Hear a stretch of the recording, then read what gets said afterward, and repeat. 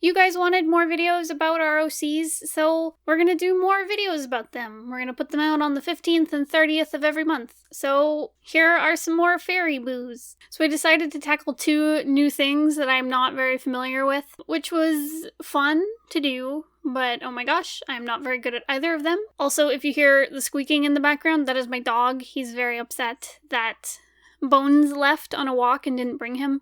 So I apologize for the peeps. He's so sad. I tried to do inking with a brush, which I've worked with brush pens before, not very extensively. I really like them because you get such a variety of like line weight. However, I'm not very well practiced in them, and oftentimes I used way more line weight than I anticipated, or not enough, or like my brush just went all over the place. So I'm not super happy with how this line art turned out, but it was really fun to do. Still. Also, I tried watercolor for the first time in years, as you'll see. And yeah, I'm not good at watercolor. Especially here, because I did not do any hecking layering, really. I did a little bit, not much. Because I know with watercolor, you're supposed to slowly build up all the layers and use like all the transparency to your advantage.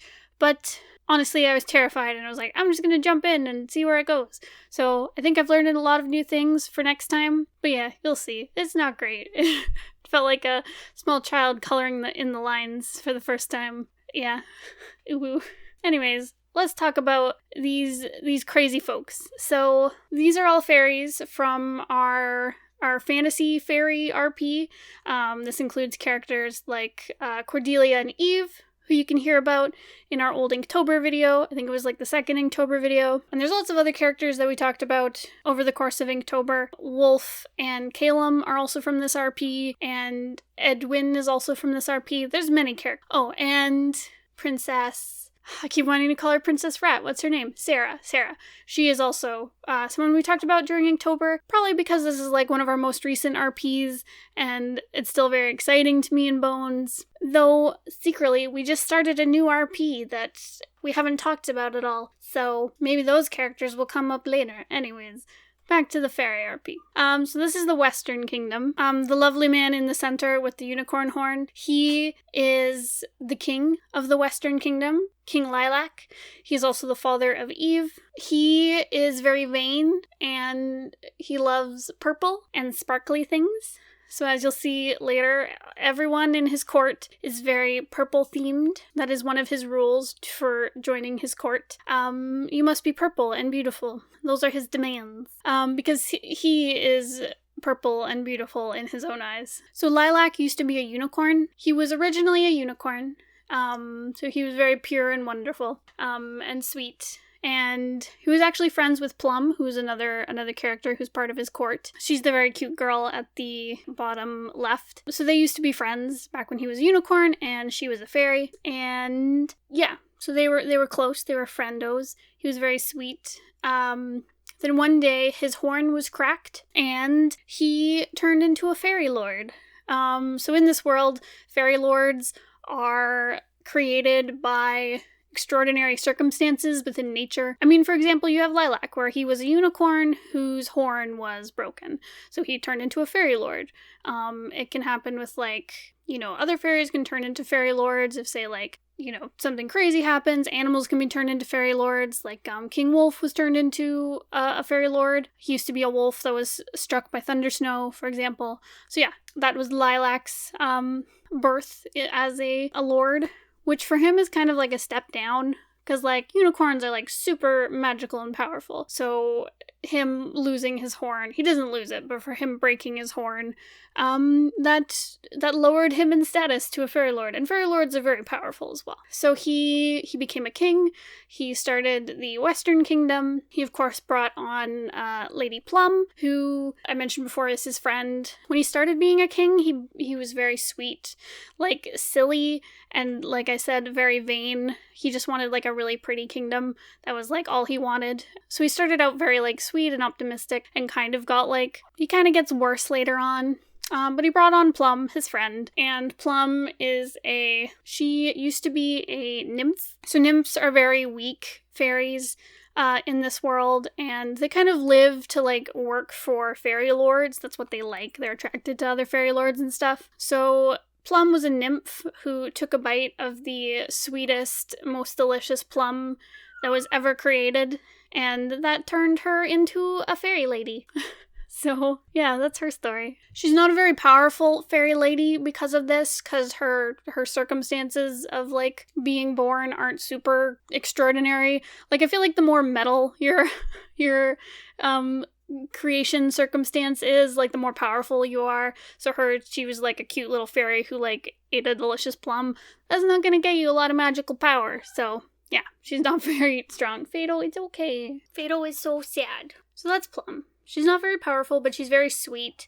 She's good friends with Lilac. She's kind of like a mom. She's very, like, sweet, and she worries about everyone, and she's just, like, she likes to peacekeep and keep everyone in line. She's well-meaning and optimistic. Overall. Right, Lilac. He also, I think it was before he became a king, he went around to the human realm and kind of, like, slept around with a bunch of human women. Because, like, you know, unicorns are very pure, but since he got corrupted, I think it was very impure. So he went around and he had some fun with some ladies. And that is how his daughter is born. She's born to a human, and her family is not very okay with her being part fairy, especially because Lilac just ran off back into the fairy woods after. He also doesn't know you can have children, because fairy lords and fairy ladies don't have babies the way humans do. They don't really have offspring at all. So yeah, very confused when he finds out he has a daughter later. Yeah, so eventually he did become a king, starts his court, gets Plum. I'm not sure the order by which he got the other lords. I just know that Plum was the first. So I guess I'll just go through them as they appear. So, the lovely lady above Plum, she is Iris. Lady Iris, I should say. She's a tough lady. I remember things about Iris. She's very... because she's in Lilac's court, she's very beautiful. She's a little on the meaner side, especially compared to, like, Plum. Her and her boyfriend, Nightshade, who is the fella in the armor, her and Nightshade both kind of, like, they're not horrible. Like, they don't like to go around murdering and stuff, but they're a lot more violent than, like, Plum. And in the fairy world, it's very common to, like, if you find a human, you just kind of mess with them, because they don't see humans as, like, on the same level as them. So they're very much about, like, messing around with humans. Nightshade is in charge of, like, the Western Kingdom's army, so Iris helps out a lot with that. I think I remember at first, Nightshade was very like, I'll handle all the army stuff, and you step out of the way, Missy. And she's like, excuse me, I like commanding armies too. Move out of the way. So yeah, she's very tough. She's pretty sensible. She knows how to sweet talk people. But yeah, her and Nightshade, they have kind of like a little crush on each other. I called them like boyfriend and girlfriend earlier, but they're like, they flirt, but they haven't done anything romantic together yet. Mostly because she's waiting for Nightshade to propose. Because, like, the fairies, they are all about marriage. They like their fairy marriage to bind, like, their hearts together and everything. Like, that's what makes a relationship real for the fairies. Because, like, you can flirt and smooch and stuff, but it doesn't mean anything until you're married in their world. She's waiting for Nightshade to propose so that he can prove that he's, like, serious. But he acts all tough. Nightshade is, like, in charge of the army of the Western Kingdom.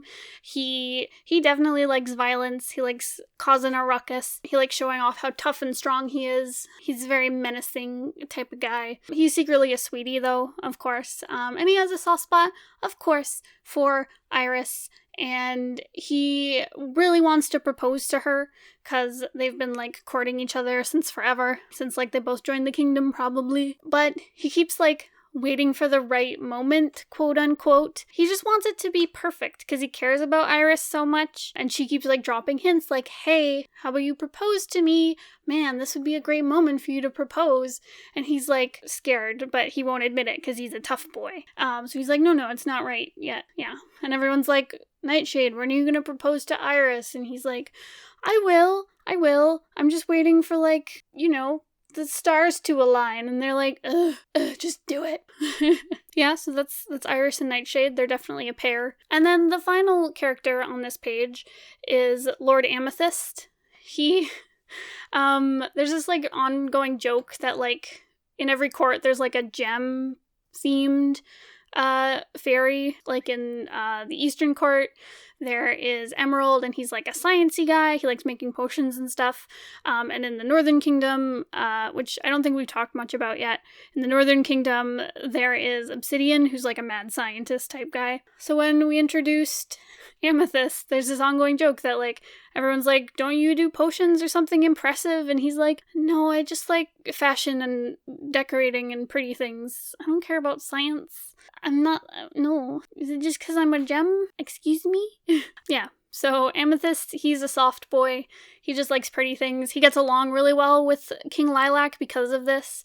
They both just want to make the world very pretty and sparkly. And Amethyst also has a huge crush on King Lilac. He'll never admit it because Lilac probably would not make a very good husband. He is too vain for that. He wants to marry himself, but he can't. So yeah, Amethyst is like, yeah, I'm not gonna ask him because I don't think he'd be good. But man, he's so cute. So yeah, so that's Amethyst. He's also a bit of a yes man for Lilac. I think part of it is because he has a crush on him, but I think he also just wants to keep his place in court because I don't think he's a very powerful fairy lord at all. So having a place in court, like, gives him status, makes him more powerful. So he's like, yeah, I don't want to get kicked out. I like it here. So I'm just going to say yes to everything Lilac says and it'll be okay. So yeah, so that's Amethyst. That's all of them. I don't exactly remember the circumstances for Amethyst or Iris or Nightshade, how they were created. I think Amethyst had something to do with, like, the perfect light shining in on, like, this cave full of gemstones or something, which, like, made his amethyst sparkle for the first time in, like, 1,000 years, and then he was born. It's something like that. I don't remember if that's it exactly, and I really don't remember Nightshade or Iris and their stories, so maybe ask us on a live stream. Bones might remember them. Yeah, those are the babies. I like them a lot. They're all sweeties. Deep down, they mean well. Like, Lilac isn't malicious or anything. He does some bad stuff during the RP. The Northern Kingdom, they're like the big bad guys of the RP, and they're gonna invade, like, all the other fairy kingdoms. And so when they're like, hey, we're gonna invade you, or you can join us, Lilac's like, let's join them, and everyone's like, no, we can't join the North Kingdom.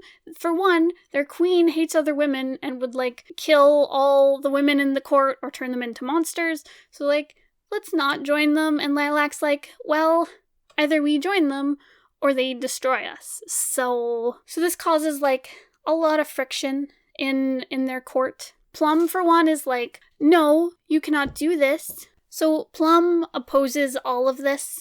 She's like, no, we're not joining them. Lilac, stop being horrible. Stop trying to marry your daughter. Because when he finds Eve, who looks like him because she's his daughter, he's like, I will marry you, you're as beautiful as I am. And everyone's like, you can't marry your daughter. And he's like, what's a daughter? So yeah, so he doesn't marry his daughter, thankfully. He gets talked out of it. Though he does keep her in the kingdom, so he takes her and he, like, turns her into, like, a garden fixture, basically. Like, she's still alive and stuff, but he just has her sing at a fountain in his court because he thinks she's really pretty. So yeah. Not a great dad. But what he does do, as well, is he kicks Plum out of the court because he's tired of her being, like, nice and, like, fighting for good. Because he's like, you're annoying me. We're not gonna win. I'm really stressed about the kingdom that is invading. So goodbye, Plum. And kicks her out. So now she is a super weak fairy because she is not part of a court anymore. And she wasn't powerful to begin with. So she goes running off to the east to meet with King Wolf and see if he will help. And while she is running off, the Northern Kingdom invades, because they weren't gonna hold up their end of the bargain and let them join them. They were like, we're just gonna conquer you because we're more powerful than you anyways, so goodbye. So they destroy the kingdom, basically. They raid everything, and the reason they're able to do this is because they steal Lilac's horn. They break his horn off. The Northern Kingdom has, like, big plans for a unicorn horn. They can't use his because it shatters, but taking his horn gets rid of his, like, kingship. The whole court disappears, and Lilac, without his horn, he basically gets turned into, like, this monster horse that the Queen of the North, Queen Umbra, like, uses as, like, her mount. all the other fairy lords get captured to be experimented on by Lord Obsidian, and luckily Plum wasn't there. Nothing happened to her. She missed it completely by accident, but thank goodness. So Plum escapes. They all get their lordship taken away, so like they lose all their power and become kind of what they started out as before they were like created as a fairy lord or lady. So Amethyst is turned into an amethyst. He's just a rock when he gets his lordship taken away by Obsidian. Nightshade gets turned into an ogre because he's so brutish. Iris, because she is a woman and Queen Umbra hates women, she gets turned into a monster. So when they're like waiting in Obsidian's lab to be like experimented on and stuff, and she's like slowly turning into a monster at this point, she's like, Nightshade, just propose to me. And he's like, no, I'm gonna get us out of here. And he's like trying to be a tough like knight in shining armor, and she's like, we're not gonna get out, just propose to me and make me happy before I get turned into a monster forever. She doesn't say that like outright, but it is what she is saying with her eyes to him as she calls him a dummy. So then she's like slowly turning into a monster, and Lord Hemlock of the Northern Kingdom, so one of the bad guys, he saunters in and he's like, Lady Iris, do you want to go on a date with me? You know, something nice to happen before you get turned into a monster. And she's like, fine, I'll go with you. And she's like looking at Nightshade like, are you gonna stop him? And he's like, don't go with him. And she's like, man, if someone would propose, maybe I wouldn't go with him. And Nightshade's like, no! So she leaves with Hemlock. They go and talk. Hemlock turns out to be kind of nice to her as she is turned into a monster, but eventually she succumbs to it and runs off and is a big spooky monster in the woods. And then Amethyst and Nightshade are turned into a rock and an ogre. And eventually, Lord Hemlock comes back. He takes Amethyst and turns him into a ring and gives him the ability to speak. So he's not like a fairy lord anymore, but at least he can like talk to Lord Hemlock. And Lord Hemlock kind of reveals that he's a good guy. I'll go into this in another video. Oh, sorry, Bones will. Bones will go into this in another video. So Amethyst gets turned into a ring. And Nightshade runs off into the night as an ogre. He escapes. I think he's set free. So Nightshade, he is set free, I think by Lord Hemlock or someone. He gets released and he's gonna go off and find Iris and be a good ogre hubby. And say that he's sorry for not proposing sooner. Meanwhile, Plum, she finds out what happened to her kingdom and she's like, oh my god, I'm doomed.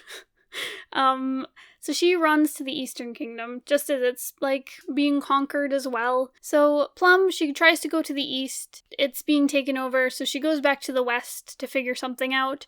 On the way, she bumps into Cordelia and Edwin, who are on their way to the west to save Eve from King Lilac. However, when they get there, Plum goes with them because she's like, I'll help you. Everything is horrible. So they go, and they get back to the remains of the Western Kingdom, and they find that Eve has been turned into a statue. And the reason she is a statue is because her horn has been taken. Man, spoilers, she's a unicorn because her dad's a unicorn. She just didn't realize she had a horn this whole time. Anyways, Obsidian took her horn, and it turned her into a statue. Cordelia's like, oh my god, my girlfriend is a statue. We have to go save her and get her horn back.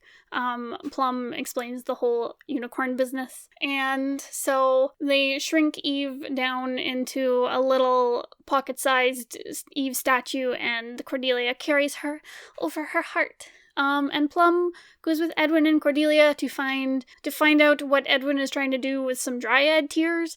He's on a mission. He doesn't remember what it is for. But eventually they do stumble across an old town that Edwin may or may not be from originally, that he forgot about. And they have to save his mom from a changeling that took over and pretended to be Edwin. So Plum helps out with that, and they defeat the changeling, and then they find another fairymancer. Wah! For those of you who have not seen the video about Edwin, fairymancy is it's basically like anti-fairy magic. It's passed down like hereditarily between humans. How do you say it? It's passed down in humans. And It's very rare, but it gives you the power to, like, undo fairy curses and stop fairy magic. So Edwin thought he was, like, the only fairymancer. Also, he forgot about everything, so he doesn't have a good memory, so who knows? So they run into Old Man Ruddy, who is a fairymancer, who has this little patch of land in the middle of the fairywood that he keeps protected from fairy magic. He can't leave it, otherwise he will be attacked by the ghost of an ancient fairy king that their ancestors hurt, and so they meet Old Man Ruddy to get his help. Plum is like, maybe you can help us save my friends from the evil kingdom, and he's like, I don't know about that, but they're hopeful. Mostly they need Old Man Ruddy to help fix Edwin and get his memories back, or at least stop him from always losing his memories because of all this fairy magic that has been affecting him. Also, Old Man Ruddy is totally Edwin's grandfather, just saying. Also with them is Wretch, who is Edwin's sister, and she does not trust Plum, even though Plum is the sweetest fairy to ever fairy, who would never hurt a fly. So, that is where we left them. Oh, right! Oh, I forgot. When they were fighting the Changeling, Cordelia had, like, a bunch of her youth drained by the Changeling, so now she's, like, an old lady. She's gonna go see her girlfriend and maybe get her youth back, she hopes. But she doesn't know. So yeah, I think that is all I can talk about without spoiling our next video, which will be about the Northern Kingdom. So yeah, I will leave it there. That is where we left off in the RP so far. I really like these characters. They're very cute. They're a lot like the Eastern Kingdom in that they're villainous, but also kind of sweet and not very smart. So yeah, they're very endearing, and I love them. And Lilac is, like, not as bad as he comes across. He's just corrupted by his cracked horn, and if he's able to get his horn back, he'll probably turn back into a sweetie. I hope. We'll find out. Maybe if we ever finish this thing. Stuff like went down. Man, the last time we RP'd this.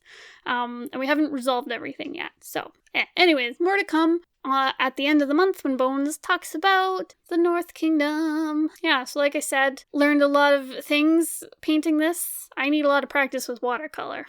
Man, I did have fun mixing a lot of the colors. However, yeah, like I said, need to build up the layers a lot more.